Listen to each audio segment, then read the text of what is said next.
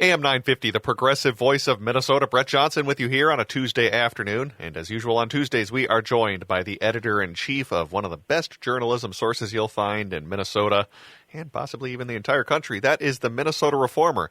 Patrick Coolican is the editor-in-chief of the Minnesota Reformer, and he joins us today as we are going to be chatting about some of the stories that they have been working on over the past few days, including a new report talking about autism centers in Minnesota and an employee who tried to report some abuses that she witnessed and largely was not acted upon by the Department of Human Services. Plus, we'll be talking about the Republican Party of Minnesota not doing the best job vetting their candidates. So lots to get to today. Let's get to it. Patrick, thanks so much for coming back on the show. Always a pleasure. So we talked about this earlier this year, the fact that the FBI and federal officials were going to be investigating Minnesota's autism program. And now we may have a firsthand account as to at least partially why and how federal investigators are examining potential Medicaid fraud in the state autism program, as of course the Reformer reported back in June. Now, the number of autism therapy centers in Minnesota have increased dramatically, 700% in the past 5 years, while payments to providers have increased a whopping 3,000%. Dina Winter had a chance to speak to an autism center employee who raised serious concerns about how these centers operate and treat their children. And we're going to talk about what the employee said and larger issues with Minnesota's autism program. So, first question I have for you is this: what are some of the issues with treatment of children that this employee saw when visiting a few of these places? Because it sounds like she had some suspicions and then gained employment at a few of these autism centers and then really witnessed some questionable behavior and questionable practices at a number of these autism facilities. Right. She wrote in a note to the Department of Human Services that I and other former employees witnessed some neglect regarding clients' education needs and self-care. The client's goals aren't being run by the behavioral therapist there. And what she indicates is that what's possibly happening is that there is a kind of pressure being brought to bear on some parents and for the sake of profits rather than care of the children.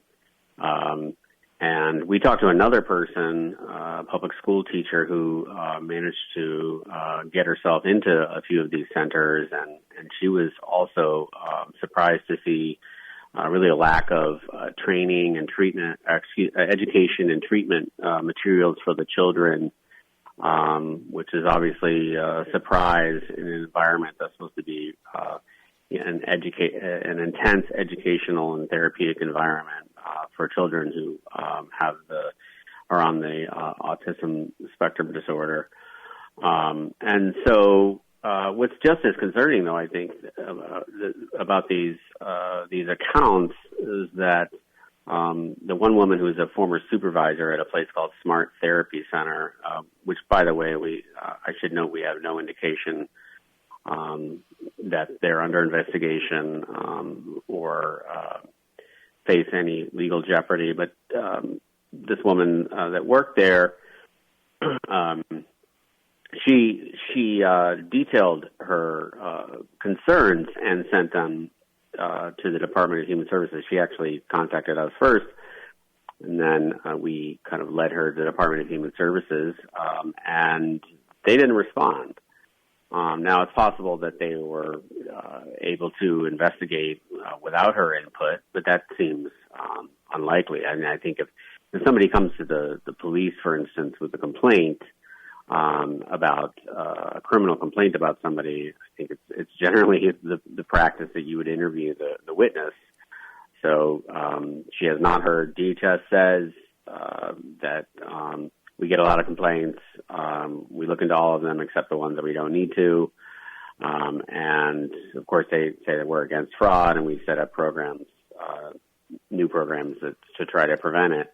But I should note also that this investigation of the autism program arose out of the now notorious Feeding Our Future scandal, and that was the pandemic era food relief program in which people were using fake invoices and fake child names to steal roughly at least $250 million.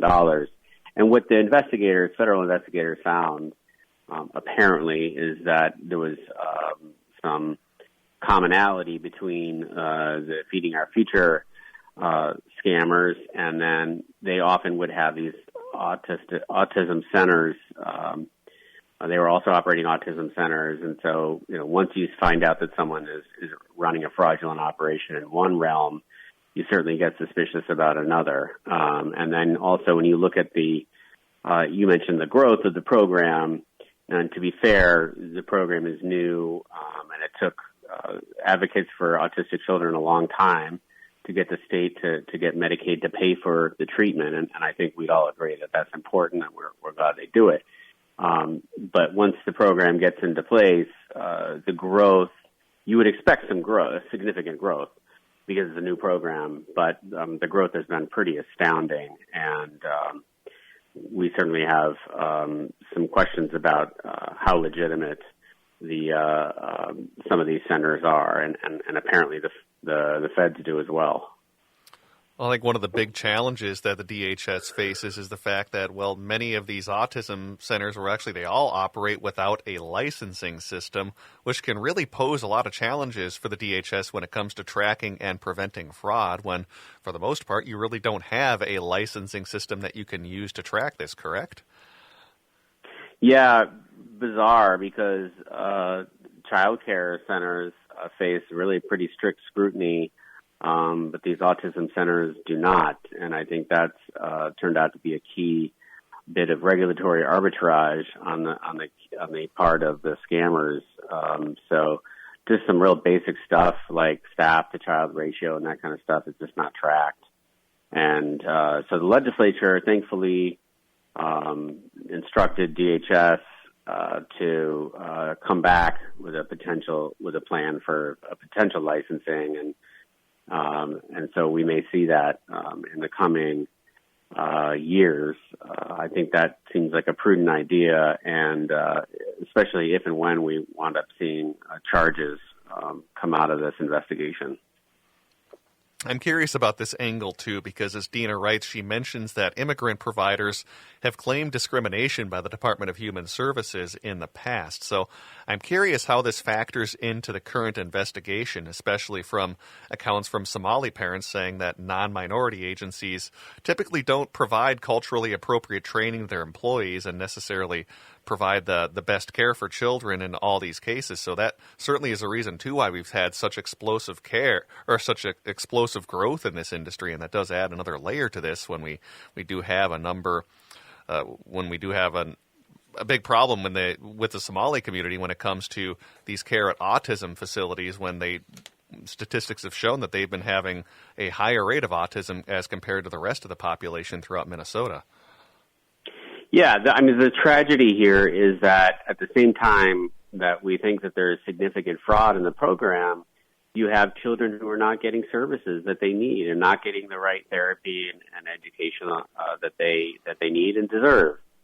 And so that really calls attention to the how corrosive government fraud is, because you're really taking money from people who need it. There's a reason the program is there, and not only are you taking money from people who need it and creating a shortage, but you're also you're eroding public trust in the program. And so now every time anybody mentions, or I'm afraid that soon in the future, if there are charges that follow the investigation, whenever anybody mentions autism funding, people will almost unconsciously become skeptical that we should have this because it's apparently rife with fraud.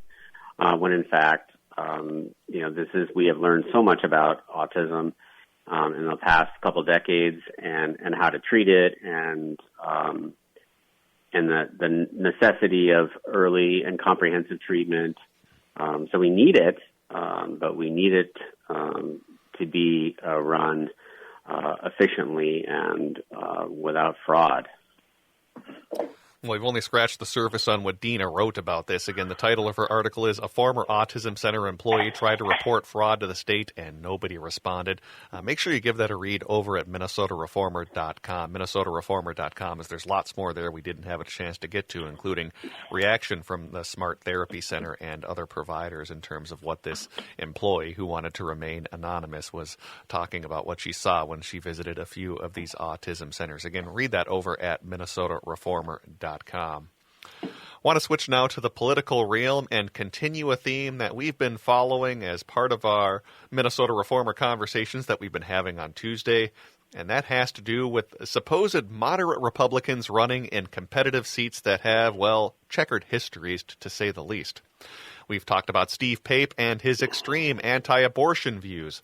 Then, of course, there's Royce White, who is running for U.S. Senate, and his very lengthy baggage of past statements and past legal troubles. Then the Star Tribune has an article on first-term Representative Jeff Dotseth and domestic abuse charges back from 2008. And now we have a new person. This is Cal Warwas, who is running in District 7B in the Minnesota House, which is an Iron Range seat centered around the Virginia area in Minnesota. And this is a relatively close district, as the DFLer won it by only a 51-48 margin back in 2022. So Cal Warwas is the Republican candidate, and he says he's running to restore balance to state government so that lawmakers from both parties can discuss and negotiate issues that are important to all people and groups of our state. However, previous social media posts about climate denial, anti-LGBTQ rhetoric, and white pride might say otherwise with his supposed moderate streak that he's trying to promote in his campaign. So I want to talk about the larger issue of problems with Republicans vetting their candidates. But first, let's talk a little bit more about Warwas. Walk us through some of his controversial social media posts that he's made in the past, because as I mentioned earlier, there are a number of very questionable social media posts that he's made over the past few years that fly in the face of his supposed... He's been very active and vocal on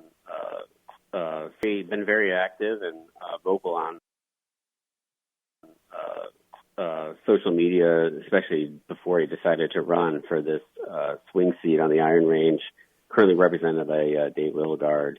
So I think Republicans think this is a really strong pickup opportunity, especially in a presidential election year where they're running with Donald Trump. But Warras has repeatedly shared posts and written about climate change being a hoax. In 2019, he shared a Twitter post by a climate denier, and he said himself, "I've said this for years, lying to kids, making climate," quote, scare quotes around science, "a de facto public religion, and using that collective voice to sway public opinion and vote so elite socialists can take away our freedoms." And he used the hashtag climate hoax. Lots of this kind of stuff. And of course, Chris Ingram, our reporter, is a data maven, he points out that the global warming is affecting places like St. Louis County more than northeastern Minnesota, more than almost any place in the country other than outside in the lower 48, certainly. So that's certainly interesting. There's a lot of anti-LGBTQ views, especially more lately with the trend of attacking trans people. My favorite is he doesn't like the PBS show Arthur, which he called harmful to children after an episode featured a male rat named Dr. Ratburn marrying an aardvark chocolatier named Patrick. So don't let your kids watch Arthur. And then also he throws out this idea that of quote unquote white pride, and the white supremacists frequently their soft approach is to say, well, why is it okay for people to have black pride or Mexican pride, but you can't have white pride, so yeah, kind of that's I think I trust that that's who he actually is, and he's been given advice to stay away from that kind of stuff because it doesn't sell that well in Minnesota. But he didn't go back and scrub his social media like a lot of candidates do, and so Chris just did some gumshoe reporting and went through all those posts, and lo and behold, look what he found. Well, and this does point to a larger issue that the Republican Party of Minnesota is facing, and it's largely the fact that they don't know how to vet their own candidates, because if you look at the state legislature right now, Republicans only need to flip one seat to win control of the state Senate. Although I should point out, at least this year, only one state Senate seat is even up for re-election, or up for election. But the state House, Republicans only need to flip 4 seats in order to take control of that chamber. So I think it would be one thing if we were seeing someone like Warwas and his past views in a very deep red seat where it might not make much of a difference. Same as we were talking about with Pape earlier. If that were a deep red seat, maybe some of his extreme anti-abortion views wouldn't be that big of a deal. But these are very purple seats, and the types of districts that Republicans are going to need to win if they're going to flip control of the state House of Representatives. And it just does show a big problem that Republicans have when it comes to vetting their candidates and getting people on the ballot that actually have a chance to win and can appeal to some of those swing type of voters. Yeah, I mean, our reporters have done a good job finding some of this stuff, and as you noted, what's interesting is the types of districts where we're finding. Because what we did is we isolated 15 swing districts. Of course, the House is on the ballot this year. The Senate only has the one special Senate election. There's only one Senate race this year. So we focused on 15 races in the House that we think will determine control of the House, and then the one Senate race. And so we keep finding this stuff, and it's not like, as you mentioned, these are not far-right districts. These are not big Trumpy districts. They're marginal, very close districts, either one way or the other, and you really want to appeal to independents and folks from the other party, but that's not who controls the nominating process, really on both sides, but especially on the Republican side, where the sort of Trumpist activists seem to have taken over a lot of party infrastructure. And then they still are strong believers in the convention endorsement. And they also, the state party is weak. They don't have enough resources really for any kind of backgrounding or research staff that you really need to do. Not just, one thing that people don't quite understand about opposition research is you don't just do research on the other party, you do it on yourself.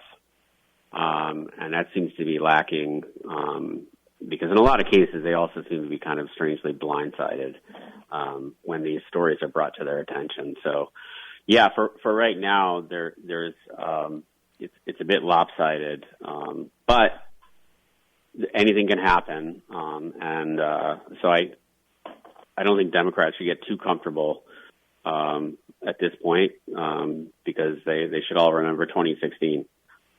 Absolutely, and the fact that, unfortunately, many people don't pay that close attention to their races for the state legislature, so some of these types of views that we've been talking about, extremist views from these Republican candidates, still very much fly under the radar. They need to read The Reformer. They do, absolutely. Go to MinnesotaReformer.com, make sure you subscribe, and then you can find out some of these supposed moderate Republicans really aren't so moderate. One final thing I wanted to follow up on, and that has to do with Kathleen Folk, who is another Republican candidate for the State House of Representatives in the West Metro area.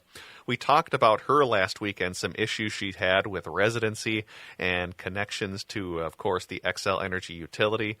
And I understand you guys will be having a follow-up on what we talked about last week with Kathleen Folk, and more specifically her ties to Xcel Energy, correct?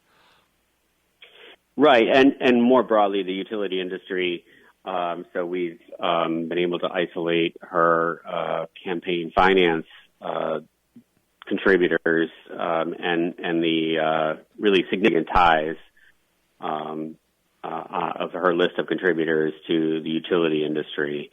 And I think what's notable here is that the utilities rely so heavily on government. It's because it's so closely regulated because they're monopolies. And of course, what they do is has all kinds of health and safety and environmental concerns, and so they're closely regulated. So it's just really important for the utilities. I mean, they spend millions of dollars lobbying the legislature and the Public Utility Commission every year. And so it would appear that a future Senator Folk would have, or I should say the utilities would have an ally in the legislature. She says that she will be fair and balanced in her approach and support a balanced energy mix. But I think it's important in politics to know who your friends are, and so it's pretty clear if you look at her campaign finance, who would be who's supporting her, and what that would mean for access for the utilities. Well, you can read more about that as that'll be out later this week over at MinnesotaReformer.com, MinnesotaReformer.com. And make sure you give MinnesotaReformer.com a follow for the latest in Minnesota news and politics, where you can learn much more about all these candidates running for the state legislature and their great investigative reporting they do as well. We have been speaking with Patrick Coolican, who is the editor-in-chief of the Minnesota Reformer. Patrick is. All right, let's take a break and send things back over to Matt McNeil on AM 950. Every time you turn around, she's always in your pocket.